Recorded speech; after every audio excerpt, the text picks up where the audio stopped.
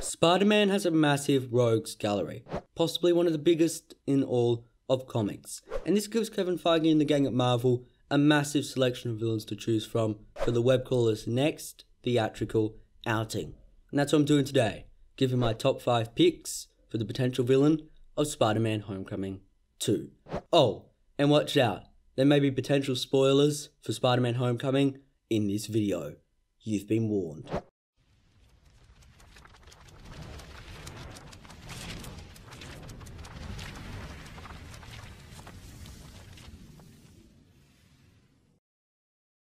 Hey guys, Legonator here, and welcome to my YouTube channel, where I chat comics, movies, and everything pop culture every single Sunday. So why don't you consider subscribing? So no doubt Spider-Man Homecoming was a critical and commercial success, and Marvel already has a sequel planned coming down the pipeline July 5th, 2019.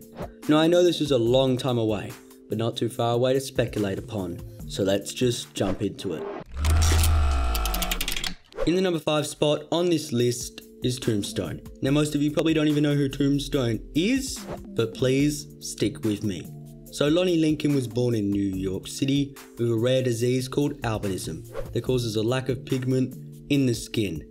Now he started out as just a crime boss enforcer, but eventually moved up the ranks to become a dangerous threat and a crime boss himself. He is a formidable opponent to Spider-Man and has limited superhuman abilities similar to Luke Cage's, due to an exposure to an Oscorp chemical called DOX3. Now I do think he has the potential to be a major player in the next Spider-Man movie, but in my opinion will be served better as a supporting role. At least if he doesn't appear in Spider-Man, he should at least appear on the Marvel Netflix scene.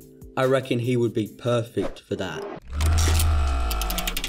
Next up is the Scorpion. This is one of the more likely picks for the villain of Spider-Man Homecoming 2. Not only do I think he has the potential as a villain, but he did appear in one of the post-credits scenes, so maybe Marvel has him planned for the sequel, as possibly a supporting role.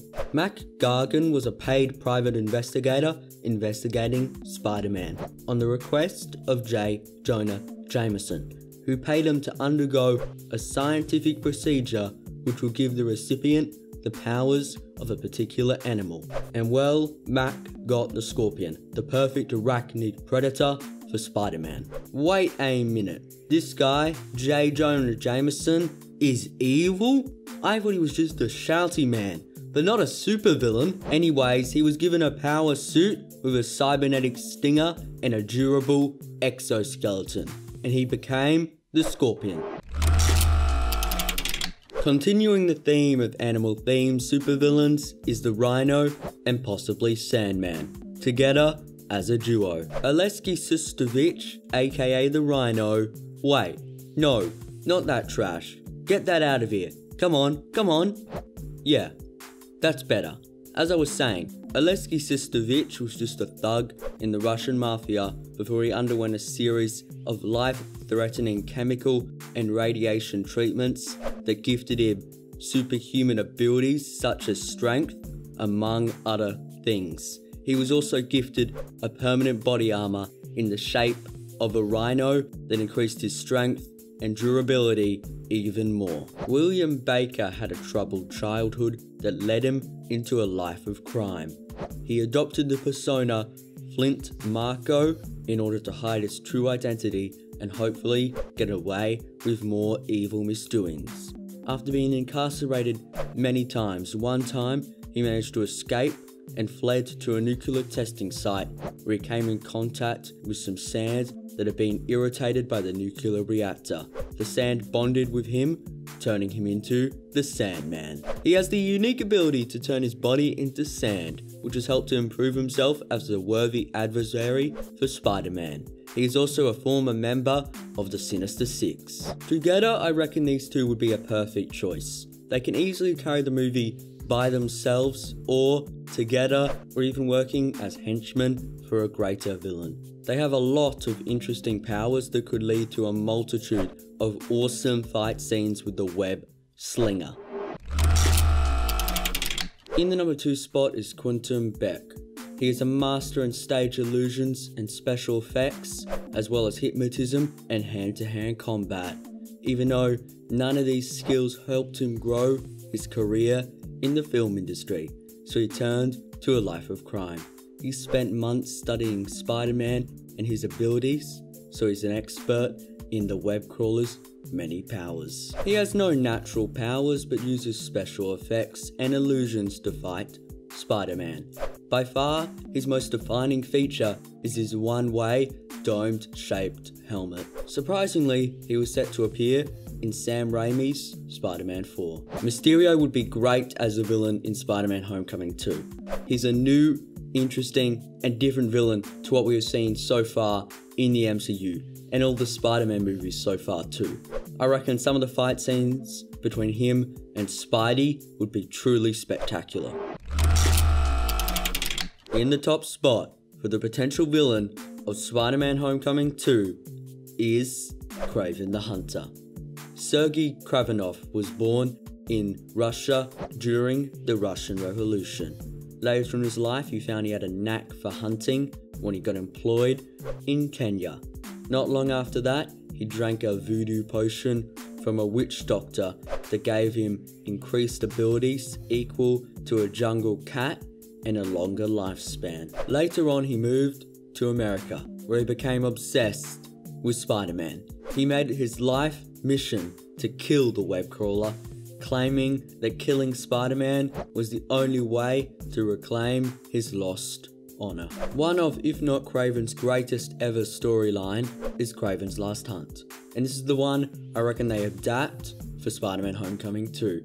In this story, Kraven manages to defeat Spider-Man with a hunting rifle and exerts himself as the new Spider-Man, trying to be better than Spider-Man ever was. Eventually though, Spider-Man escapes from his grave, not dead after all, and confronts Kraven. This leads to an epic fight scene between Spider-Man and a minor villain, Vermin. Vermin is about to kill Spider-Man, but Kraven intervenes, saving the web crawler's life. Later that night, Kraven commits suicide, claiming he has finally found honor within himself. I reckon this could be a dark and impactful Spider-Man movie that could lead to something truly new and fresh. Bonus, just for you fans who stuck around, I'm going to be giving a suggestion of a potential storyline they could adapt that I think would be truly awesome. And I reckon that would be Spider-Verse. This is a massive event that combines Spider-Man from across the multiverse, and I reckon it would be insane. Maybe not the second movie, to be perfectly honest, but if they ever do a third movie, which I think they have plans to, I reckon this comic storyline would be perfect. Not only could you include basically every Spider-Man villain ever, but you could include so many alternate Spider-Man, such as Ultimate Spider-Man, Peter Porker, Spider-Gwen, and even have cameos from the former Spider-Man, such as Tobey Maguire and Andrew Garfield. I reckon this event would be truly awesome. Question of the week: what villain do you want to see in Spider-Man Homecoming 2? And would you be down for a Spider-Verse movie? Leave your answers in the comments down below. So if you liked this video, drop it a big old like and subscribe to the channel, because I do quality videos just like this one every single week, and subscribing is just the easiest way to get your hands on them. Also, don't forget I have a podcast called The Super Gurus that happens every second Thursday on SoundCloud and iTunes, where my co-host Finn and I chat about comics, movies, and everything pop culture, and just generally have a good time.